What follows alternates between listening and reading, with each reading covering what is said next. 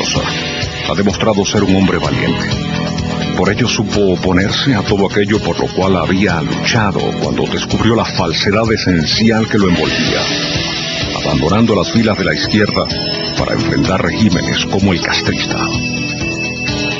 Por eso mismo no fue cautivado por las mieles del poder fujimorista.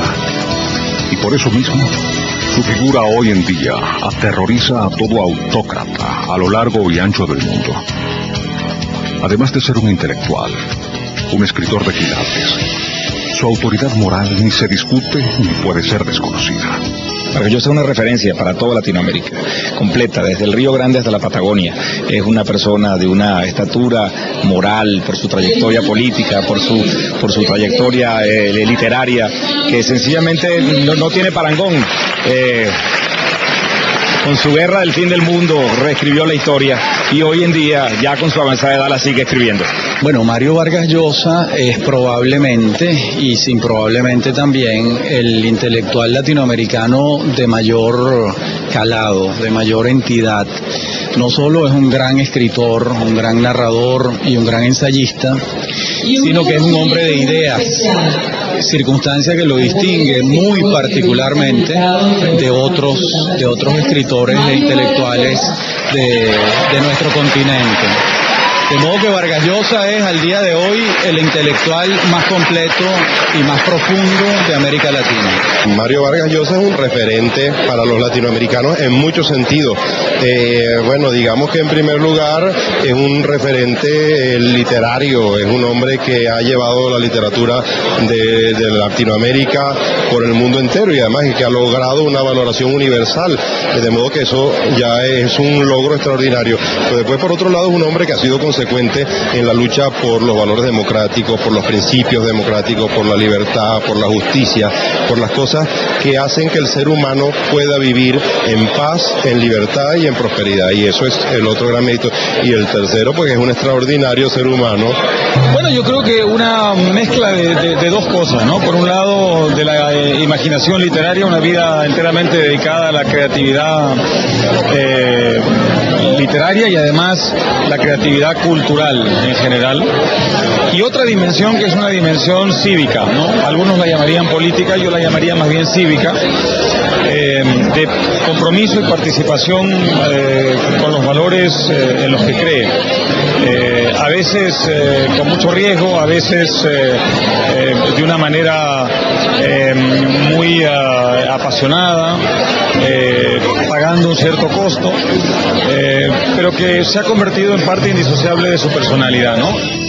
Mario Vargas Llosa, el peruano universal, el exponente del boom latinoamericano, el español por adopción, el defensor de la racionalidad política, el miembro de la Real Academia Española, el enemigo de la demagogia. Hoy en Yo Prometo.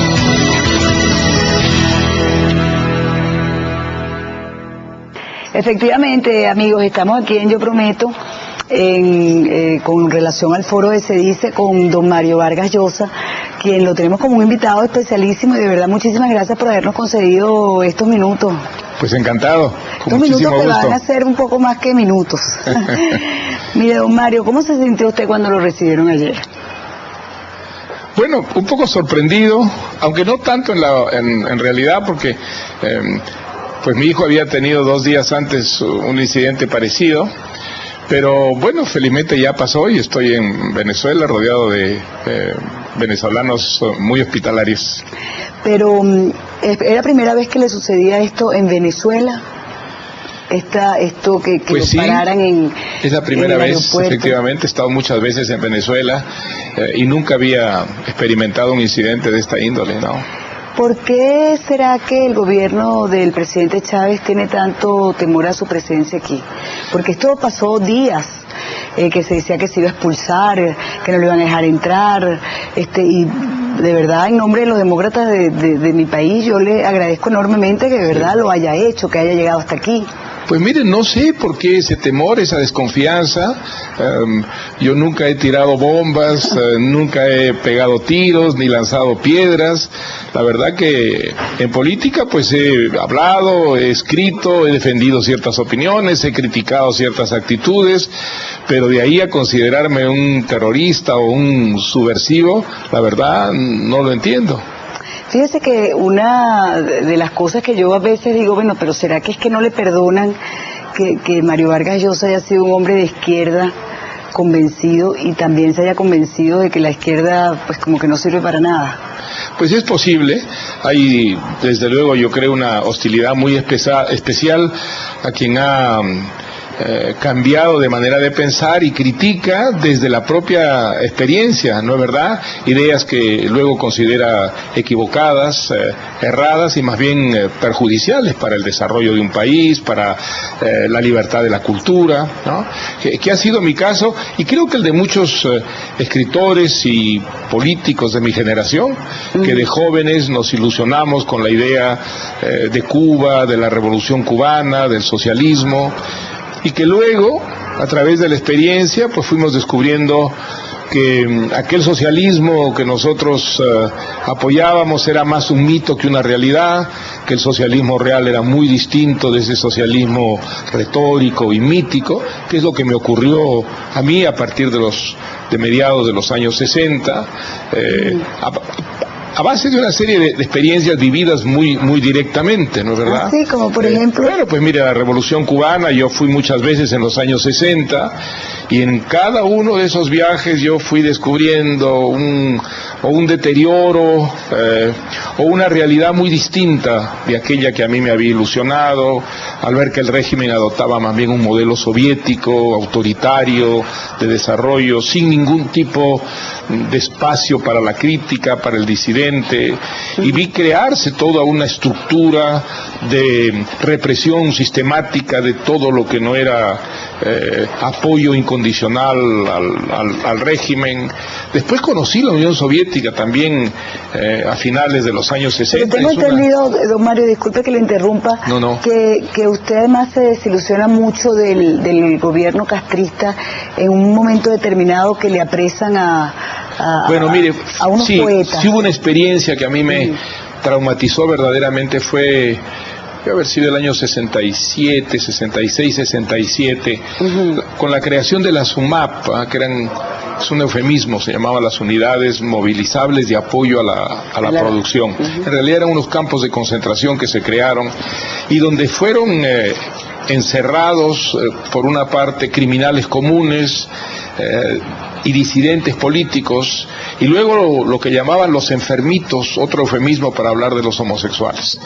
Muchos poetas, pintores, algunos de los cuales yo conocía, como los que formaban el grupo El Puente, ¿no? Donde había efectivamente varios homosexuales, y que eran partidarios de la revolución, incluso partidarios militantes, pues fueron encerrados en esos campos de concentración con criminales, hubo hasta suicidios. Fue verdaderamente una experiencia que a mí me afectó tremendamente, y es la primera vez en que yo me atreví a criticar esta medida en una carta personal a Fidel Castro. A partir de esa época yo fui cada vez más crítico de lo que ocurría. Una carta personal, disculpe, que no se hizo pública. No se hizo pública. Yo todavía vivía bajo ese chantaje del que éramos víctimas muchas personas que militábamos en la izquierda, ¿no? De que no había que dar armas al enemigo. Pero sí me atreví yo a escribirle a Fidel Castro, diciéndole pues cómo era posible que una revolución que para nosotros representaba la libertad actuara de esa manera tan injusta e incluso cruel con militantes de la revolución. Pero ustedes eran amigos. No, amigos no. No, yo lo cercanos. Yo lo vi 3 o 4 veces, siempre en reuniones de grupos. Era imposible hablar con Fidel Castro, ¿no? No admití interlocutores, solo oyentes, ¿no? Hablaba él, había que escucharlo. Cualquier parecido con la realidad. Tenía una personalidad efectivamente arrolladora, pero a partir de ese momento yo fui cada vez más crítico Y luego pues creo que la experiencia de la realidad fue la decisiva cuando aparecieron todos los testimonios de los disidentes en los países socialistas, en la Unión Soviética, en lo que se llamaban las democracias populares, o sea, en los países satélites de la URSS. Era muy difícil a partir de entonces, a menos de que uno se negara a ver la realidad, no tener una actitud crítica respecto a países que desde el punto de vista económico habían sido un fracaso terrible y desde el punto de vista político habían creado unas dictaduras con un tipo de control del pensamiento y manipulación de la opinión pública sin precedentes en la historia, ¿no? A partir de entonces vino mi, como diría, revalorización de la cultura democrática, de la democracia, y en eso estoy todavía 30, 40 años después, ¿no? Tenemos que hacer publicidad. Al regreso yo quiero que nos cuente un poquito, a usted también ahora los revolucionarios lo acusan de ultraderechista. Yo quisiera que habláramos un poco de si eso no son terminologías ya hasta pasadas de moda, ¿no? Muy bien.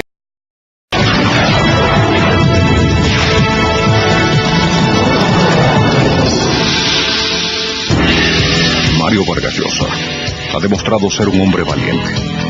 Por ello supo... Es una persona de una estatura moral, por su trayectoria política, por su trayectoria literaria, que sencillamente no tiene parangón. Por eso mismo no fue cautivado por las mieles del poder fujimorista. Y por eso mismo, su figura hoy en día aterroriza a todo autócrata a lo largo y ancho del mundo. Además de ser un intelectual, un escritor de quilates, su autoridad moral ni se discute ni puede ser desconocida. Vargas Llosa es una referencia para toda Latinoamérica, completa, desde el Río Grande hasta la Patagonia. Ponerse a todo aquello por lo cual había luchado cuando descubrió la falsedad esencial que lo envolvía, abandonando las filas de la izquierda para enfrentar regímenes como el castrista.